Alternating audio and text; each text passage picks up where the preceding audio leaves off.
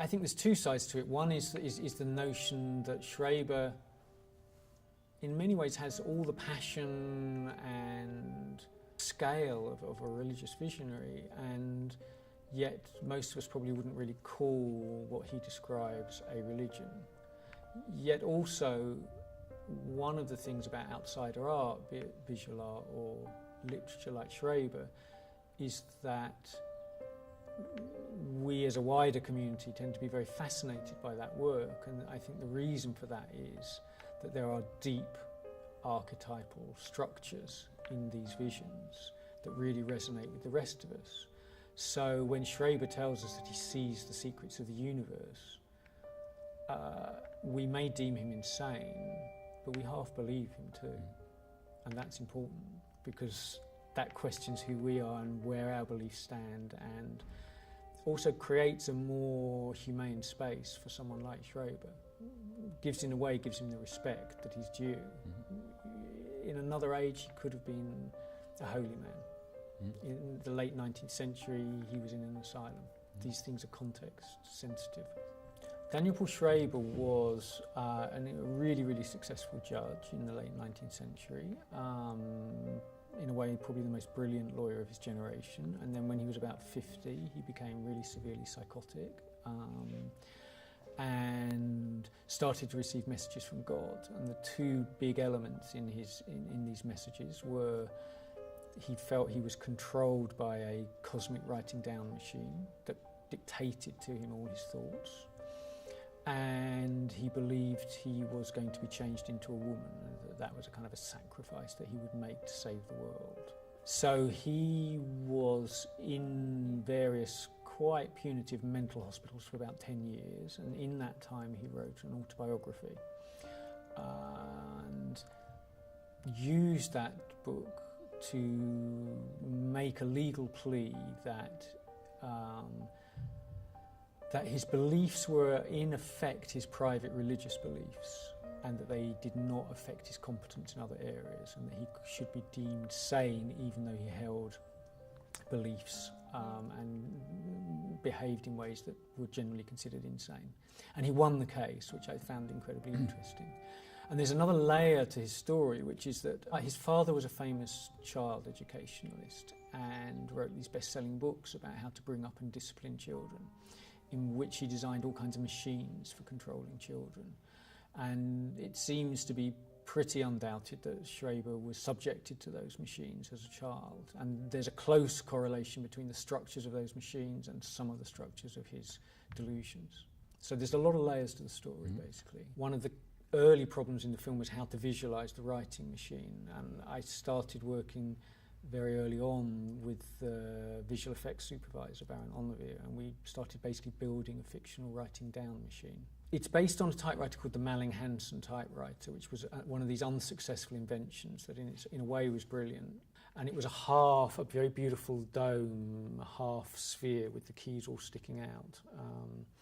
And we basically took that unit and I basically mirrored it because I wanted it to be able to fly, and it became like a satellite. And then we looked to split it and fill it with organic, almost sort of sexual contents and put it back together again. So this typewriter became the basic unit of our writing down machine. And you see a whole cosmos of them. You see sort of shots in which there's a whole galaxy of these writing machines. Well, the project has these two parts, which is the film Shockhead Soul, and then the exhibition, the installation, it's a moving image installation, the Sputnick Effect.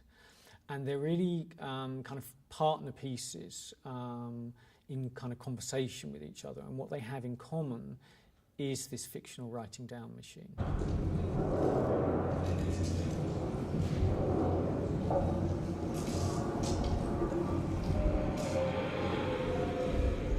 installation is updated to the 50s, and the aspect of it being more like a satellite is what we explore, if you like, in the installation.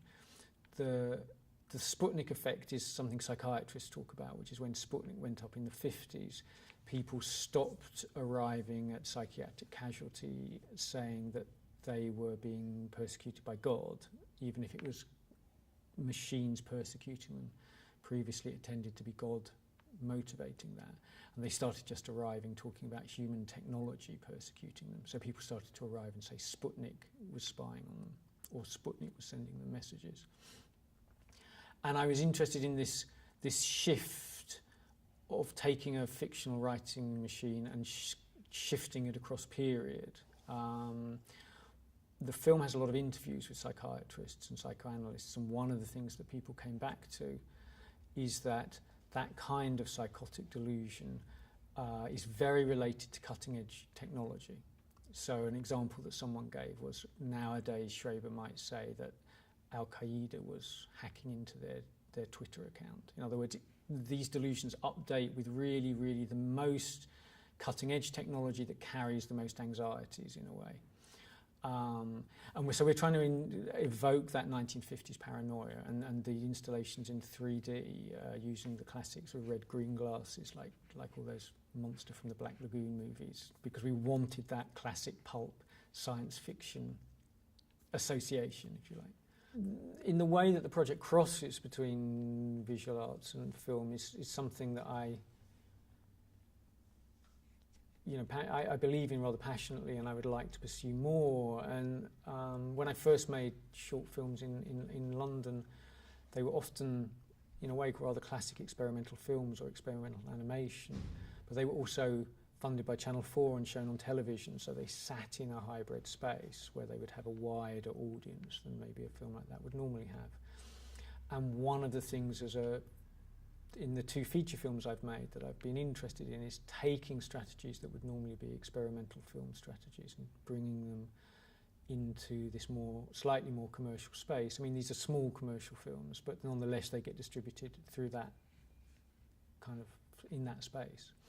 And so I see making a moving installation, which is in an art gallery, as an extension of that blurring and crossbreeding of those lines. And essentially I'm very interested in the frayed edges of those areas, and I think there's a huge amount to be gained from there being more of a continuity between classic art spaces and classic film spaces.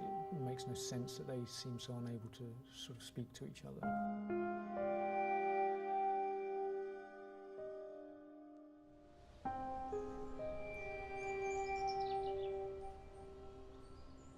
I think my movies are my real voice. That's in a way why I make the films, because otherwise my real self wouldn't have a voice.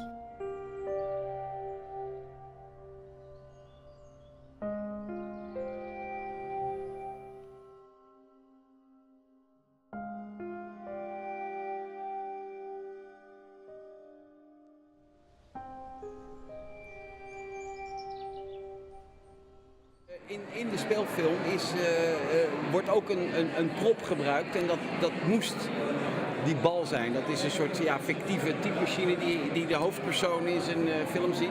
Maar er moest er ook één op het bureau staan.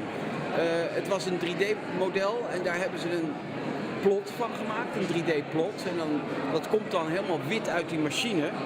En vervolgens heb ik, dat was dan mijn aandeel, ik heb die bal zeg maar beschilderd en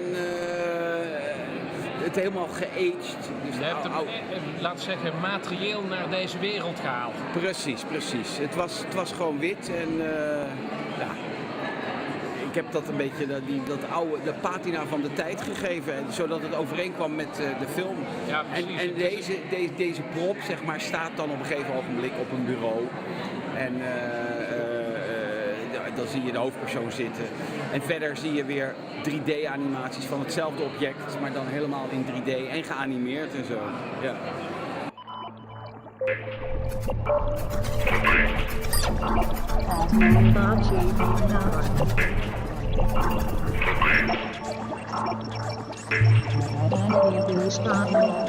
Videomontage.